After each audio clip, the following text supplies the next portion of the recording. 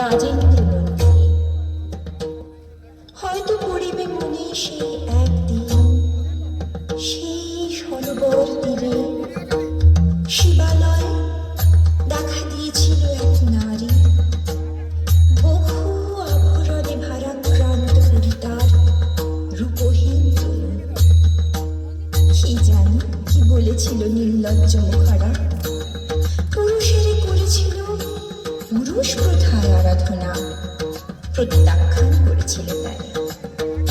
ভালোই করেছ, সামান্য সে নারী রূপে গ্রহণ করিতে যদি তারে, অনুতাপ বিধিত তাহার বুকে আমার অনুরাগ।